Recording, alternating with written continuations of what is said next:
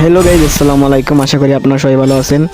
তো আপনাদের জন্য একটা ভিডিও নিয়ে আসলাম, সেটা হচ্ছে কীভাবে শটগান দিয়ে এবং ড্রেজার দিয়ে হেডশট মারবেন।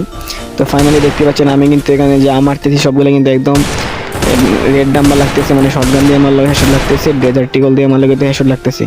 আপনারা চাইলে কিন্তু এরকমভাবে হেডশট মারতে পারেন আমার মতো, বা আমার থেকে আরও ভালো করে হেডশট মারতে পারেন যদি আপনারা এরকম আমার মতো যে আমি সেটিং আজকে দেখাবো, এটা সেটিং।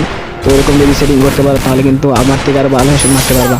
তো দেখতে পাচ্ছি স্ক্রিনে আমার যে গেম প্লে, মানে শটগান দিয়ে আমি যা মারতেছি সবগুলো কিন্তু হেডশট লাগতেছে, এবং কি মানে ড্রেজার দিয়ে যা মারতেছি সবগুলো কিন্তু হেডশট লাগতেছে। আপনারা চাইলে এরকমভাবে হেডশট মারতে পারেন। তো ভিডিওটি টানাটানি না করে সম্পূর্ণ ভিডিওটি দেখবা, তাহলে কিন্তু বুঝতে পারবা। তো শুরু করা যাক আজকে ভিডিও।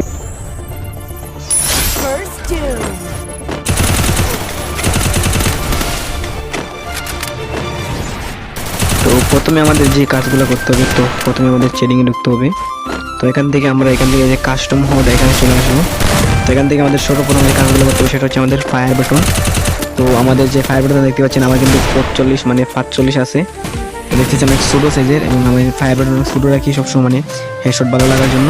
তো ফায়ার বাটনটা একটু ছোটো রাখবেন এবং নিচ পজিশনে রাখবেন যাতে ট্র্যাক করতে সুবিধা হয়, এবং হচ্ছে আমাদের জয়স্টিক। তো গাইস আমার